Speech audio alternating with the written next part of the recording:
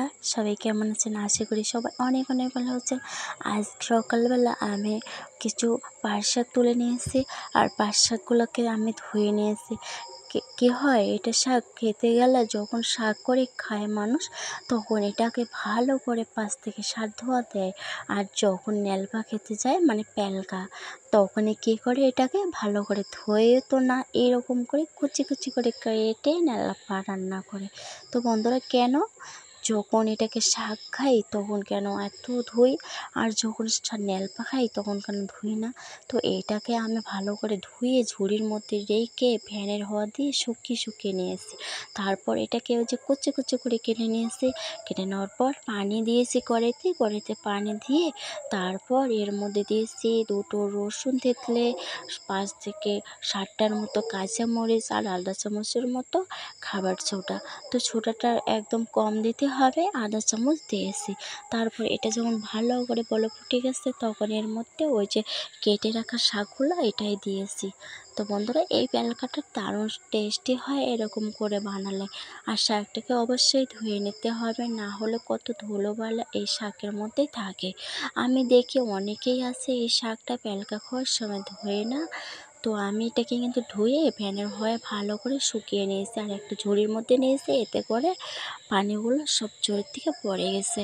তো আমি তারপর এটাকে এর মধ্যে দিয়ে আমি একটুখানি নেড়ে নিলাম। এখন এর মধ্যে স্বাদ মতো নুনটা দিয়ে দেবো। নুনটা দিয়ে আবারও একটুখানি নেড়ে নেবো। আর এই প্যালকাটা রান্না করতে কিন্তু একদম সময় লাগে না। তো এটাকে কেউ প্যালকা বলে, কেউ নেলপা বলে, 4 ভাষায় যে আর কি।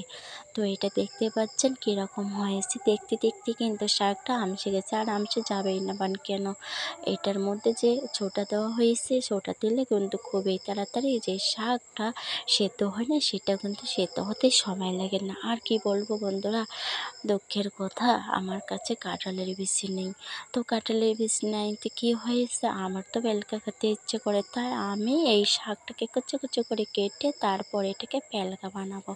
তো এটা প্রায় শাকটা হওয়ার দিকে, তো হওয়ার আগে প্রায় 5 মিনিট আগে আমি রসুনটাকে দিয়ে দেবো। একটা রসুন কেটে আমি দেবো।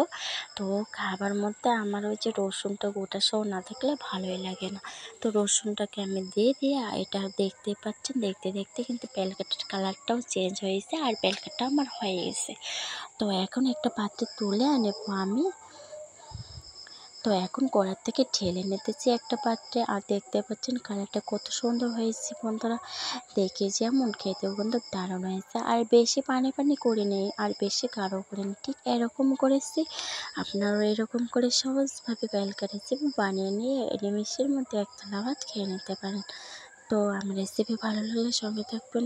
আমি আর কি বলবো, দুঃখের কথা, একবার যে ভিডিওগুলো ছেড়েছিলাম বন্ধুরা, ওই ভিডিওর মধ্যে কপিরাইট এসেছিলো বলে ডিলিট করেছিলাম। আর ডিলিট করার পর এই যে ভিডিওগুলো ছাড়ছি, এগুলোর মধ্যে বেশি ভিউজ নেই বন্ধুরা। আপনারা চাইলে আমাকে আবার এগিয়ে নিয়ে যাওয়ার জন্য সাহায্য করতে পারেন। আমি আপনাদের কাছে রিকোয়েস্ট করছি, আপনারা যেমন আগে আমাকে ভালোবাসা দিয়ে এগিয়ে নিয়ে গেছেন, ঠিক এরকম করে এবারও আমাকে এগিয়ে নিয়ে যাওয়ার জন্য সাহায্য করবেন। তো সবাই অনেক বেশি ভালো থাকবেন। আসসালামু আলাইকুম, আল্লাহ হাফেজ।